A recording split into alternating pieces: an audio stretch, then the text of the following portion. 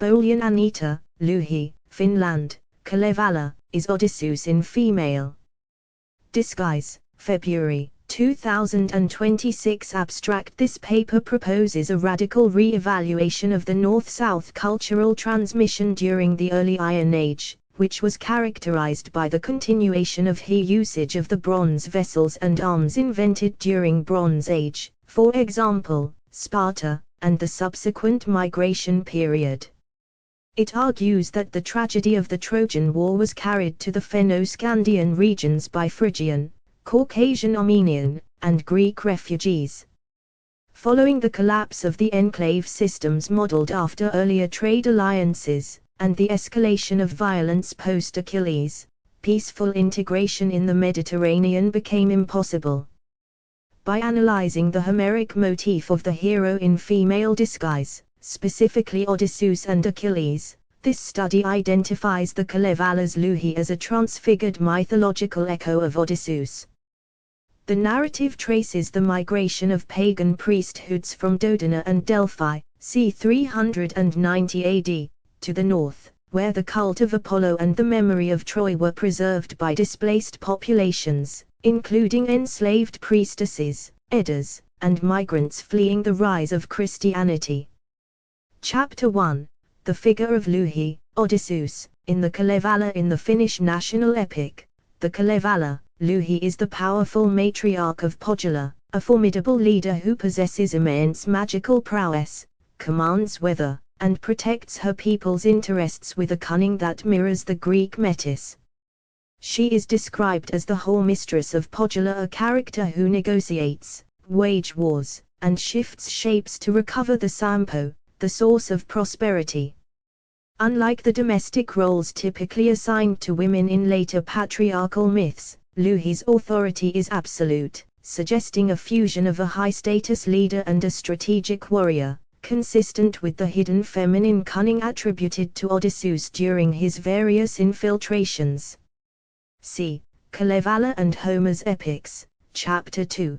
The sacred oak from Dodona to Finland. A striking parallel exists between the Pelasgian cult of the oak at Dodona and the Finnish veneration of the great oak, Iso Tammi. In Greek tradition, the rustling leaves of the sacred oak provided oracular guidance.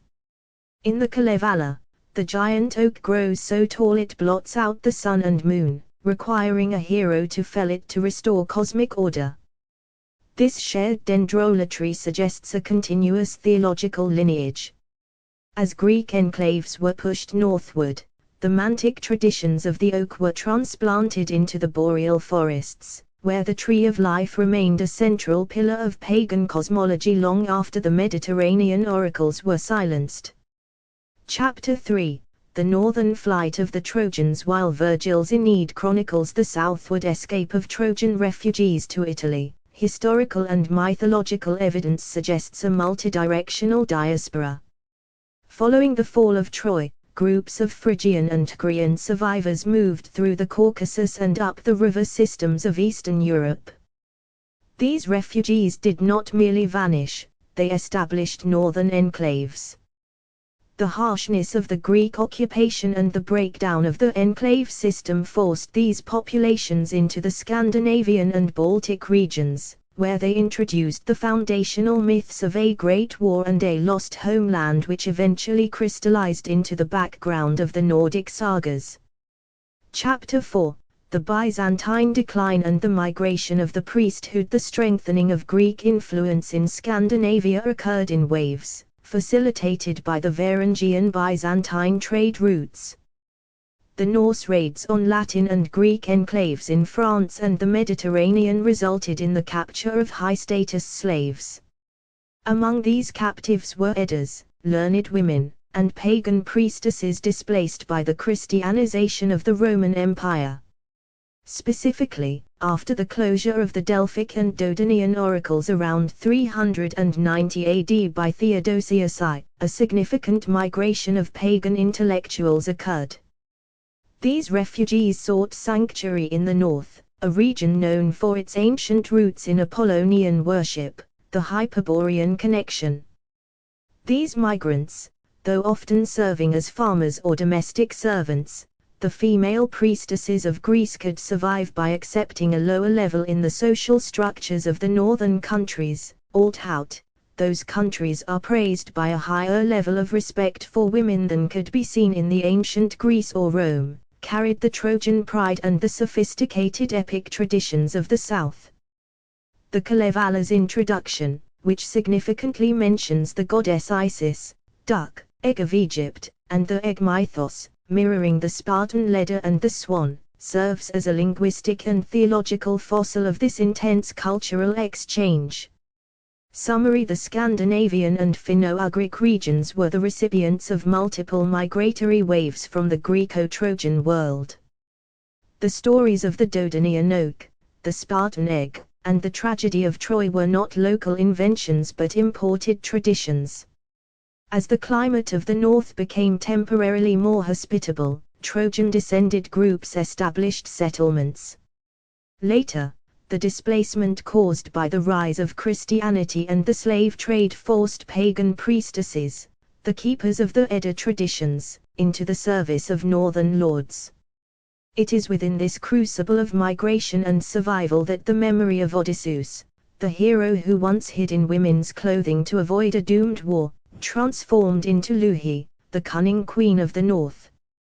The Kalevala stands as a testament to the lessons of the Trojan tragedy, preserved by those who fled the collapse of the ancient world.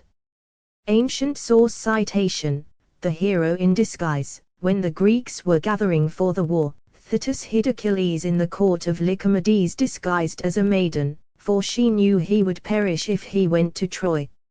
Likewise, Odysseus sought to avoid the madness of the draft, performing his own theatre of concealment to protect his household. Compare Apollodorus, Bibliotheca 3.13.8, Hyginus, Fabulae 95. References * Homer. The Odyssey. Trans. Robert Fagles. Penguin Classics. * Lonrot, E. 1849. The Kalevala. Finnish national epic. * Apollodorus. The Library, Bibliotheca. Book 3. * Hyginus. Fabulae. Section 95, The Gathering of the Greeks. * Gimbutas, M. 1971. The Slavs.